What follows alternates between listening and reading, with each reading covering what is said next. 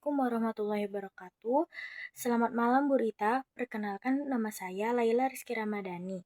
Saya dari kelas 9E. Pada kesempatan kali ini saya akan menceritakan kembali proses tentang penjajahan Jepang sampai kemerdekaan Indonesia. Sebelum Indonesia merdeka, bangsa kita mengalami penjajahan yang sangat panjang. Setelah lama dijajah oleh Belanda, pada tahun 1942, Indonesia jatuh ke tangan Jepang. Pada awal kedatangannya, Jepang disambut baik oleh rakyat Indonesia karena Jepang mengaku sebagai saudara tua yang datang untuk membebaskan Indonesia dari penjajahan Belanda. Jepang membawa propaganda bahwa mereka datang untuk membantu bangsa-bangsa Asia agar bebas dari penjajahan bangsa Barat. Slogan Jepang saat itu adalah Jepang pemimpin Asia, Jepang pelindung Asia, dan Jepang cahaya Asia. Karena propaganda tersebut, banyak rakyat Indonesia percaya bahwa Jepang akan membawa perubahan yang lebih baik.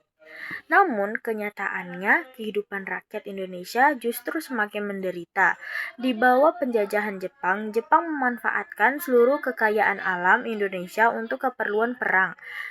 Hasil pertanian rakyat diambil, bahan makan menjadi langka, dan kehidupan rakyat semakin sulit. Banyak rakyat mengalami kelaparan karena hasil panen harus diserahkan kepada pemerintahan Jepang. Penderitaan rakyat semakin berat karena Jepang menerapkan kerja paksa atau yang disebut romusha. Rakyat dipaksa bekerja membangun jalan, rel kereta api, lapangan udara, dan benteng pertahanan.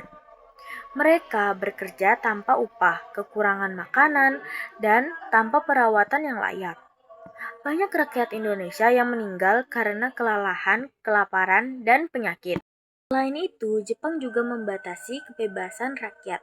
Semua kegiatan masyarakat diawasi ketat, rakyat harus tunduk kepada aturan Jepang. Siapa saja yang melawan akan dihukum dengan keras. Keadaan ini membuat penderitaan rakyat semakin besar.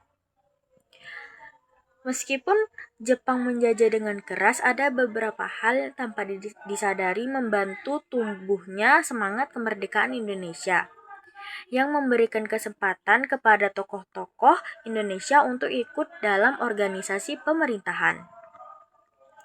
Kesempatan ini dimanfaatkan oleh para pemimpin bangsa untuk mempersiapkan kemerdekaan. Salah satu langkah penting adalah pembentukan BPUPKI, yaitu Badan Penyelidikan Usaha-Usaha Persiapan Kemerdekaan Indonesia. Pada tanggal 1 Maret 1945, badan ini dibentuk oleh Jepang dengan tujuan mempelajari persiapan kemerdekaan Indonesia.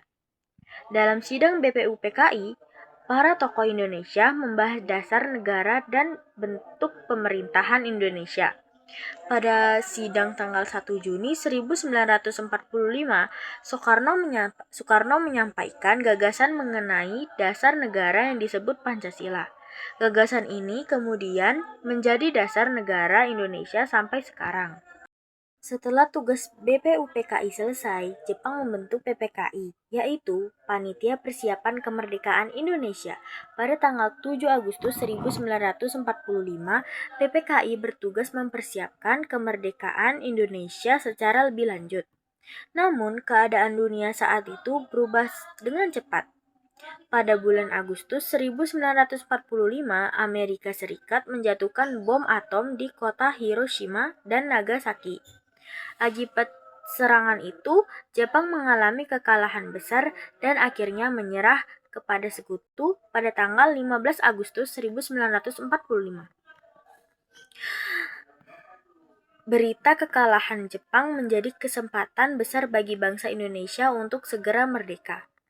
Para pemuda mendesak agar kemerdekaan diproklamasikan secepat mungkin tanpa menunggu izin Jepang. Mereka ingin kemerdekaan Indonesia benar-benar merupakan hasil perjuangan bangsa sendiri. Karena adanya perbedaan pendapat antara golongan tua dan golongan muda, pada tanggal 16 Agustus 1945, para pemuda membawa Soekarno dan Muhammad Hatta ke Rengas Dengklok, sebuah daerah di Karawang.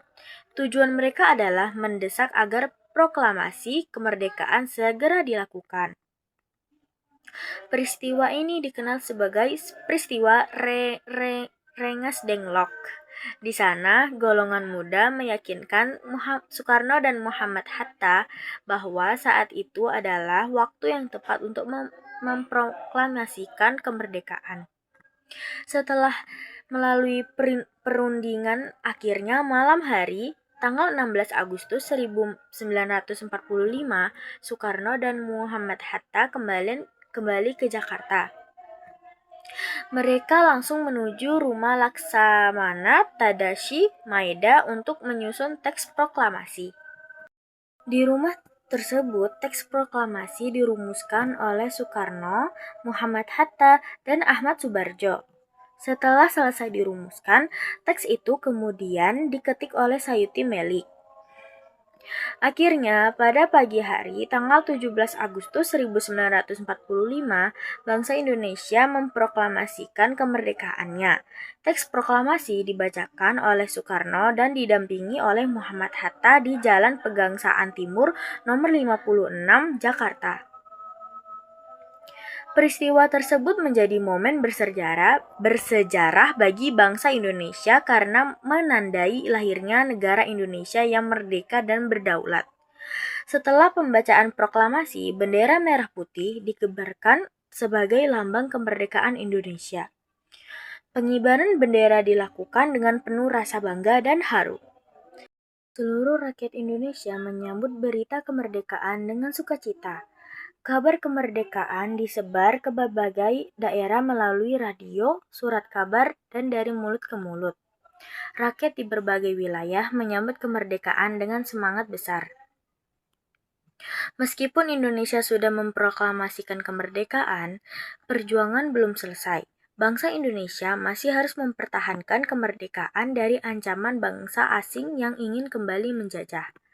Para pejuang dan seluruh rakyat bersatu mempertahankan kemerdekaan dengan semangat nasionalisme. Kemerdekaan Indonesia mengajarkan kepada kita bahwa kebebasan tidak diperoleh dengan mudah. Kemerdekaan diraih melalui perjuangan panjang, pengorbanan jiwa dan raga, serta persatuan seluruh rakyat Indonesia. Karena itu, sebagai generasi penerus bangsa, kita harus menghargai jasa para pahlawan. Cara menghargainya bukan hanya dengan mengenang sejarah, tetapi juga dengan belajar sungguh-sungguh, menjaga persatuan, menaati aturan, dan berusaha memberikan yang terbaik untuk bangsa Indonesia. Semangat perjuangan para pahlawan harus menjadi contoh bagi kita agar selalu cinta tanah air dan bangsa menjadi bangsa Indonesia. Sekian yang saya sampaikan, mohon maaf jika banyak salah kata di sini. Terima kasih atas perhatiannya. Wassalamualaikum warahmatullahi wabarakatuh.